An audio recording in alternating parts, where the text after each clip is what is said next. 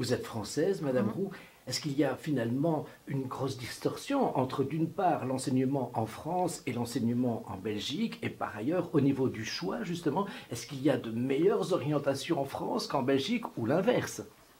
Alors, je pense que nos systèmes sont très proches. Hein. On essaye en France de donner de la souplesse. Je pense que c'est ce qui est en train de se passer en Belgique aussi. Hein.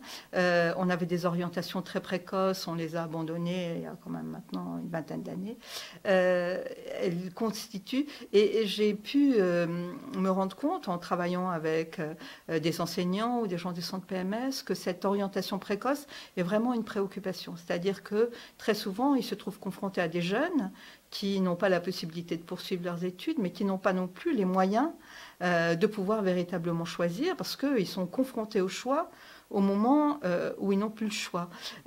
Donc cette approche éducative qui fait qu'il est important de commencer tôt et de permettre aux jeunes d'accumuler des éléments d'information, des éléments de réflexion pour pouvoir être plus en mesure de pouvoir choisir à un moment donné est indispensable parce que, en général, en Belgique autant qu'en France, on demande souvent aux gens de choisir quand ils n'ont plus le choix.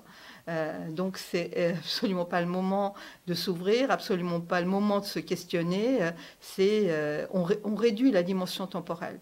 Et je pense que apprendre à choisir, c'est un processus. Et ce sont des compétences qu'il faut développer et c'est une ouverture sur l'extérieur qu'il faut faciliter.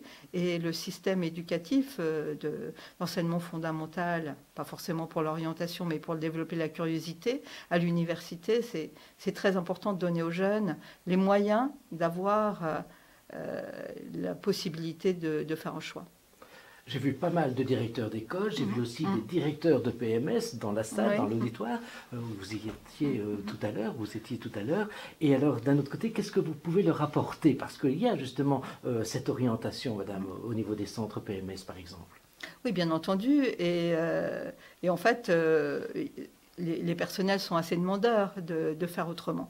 Donc, je pense que c'est un travail collectif, un travail des chefs d'établissement.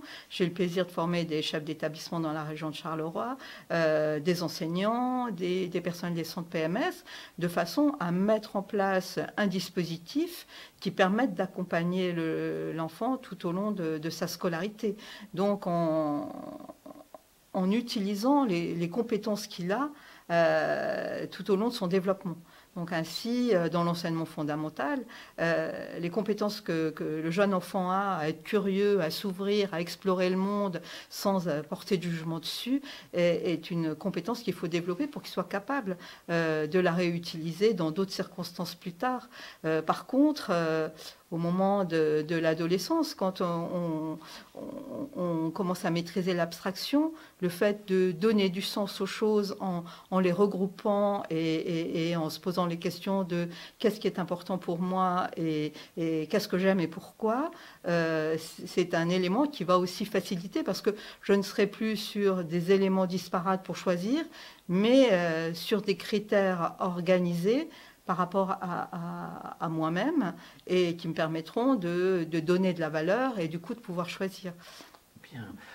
Sur le site de l'ELA, vous pensez qu'on pourrait imaginer justement un outil qui permettrait à un rhétoricien ou quelqu'un qui a déjà accompli des études à bien choisir justement parmi les 55 formations que propose l'ELA? Est-ce que vous croyez qu'il y a un outil qui permettrait comme ça, en fonction de certains critères, de guider au mieux l'étudiant?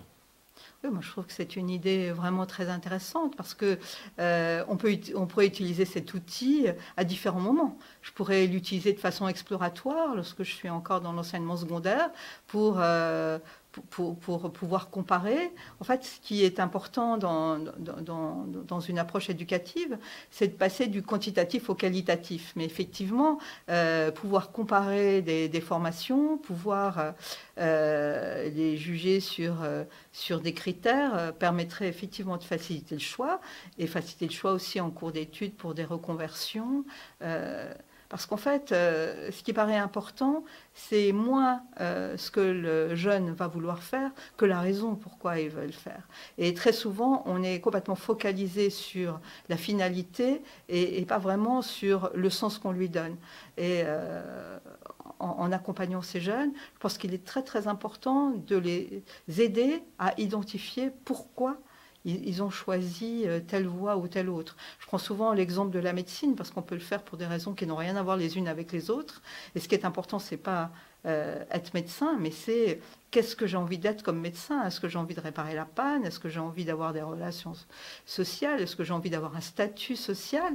Et que c'est à partir du moment où je vais pouvoir m'interroger sur la raison que je vais pouvoir élargir mes choix aussi et trouver éventuellement d'autres formations qui pourraient m'apporter des satisfactions. Un dernier mot de conclusion, Madame Roux? Oui. Il me semble qu'en fait, ce qui est important de nos jours, c'est d'accompagner les jeunes dans ce que nous appelons un savoir-devenir. C'est-à-dire comment est-ce que la dimension éducative va permettre à ces jeunes de pouvoir mettre en œuvre ces compétences tout au long de la vie, parce qu'on sait très bien qu'ils vont être amenés à évoluer, à changer, qu'ils vont choisir eux-mêmes de changer de vie. La vie s'allonge, les perspectives temporelles sont totalement différentes pour les jeunes qui naissent aujourd'hui. Et voilà, donc donnons le goût de l'avenir et sachons devenir. Merci beaucoup, vraiment. Merci bien.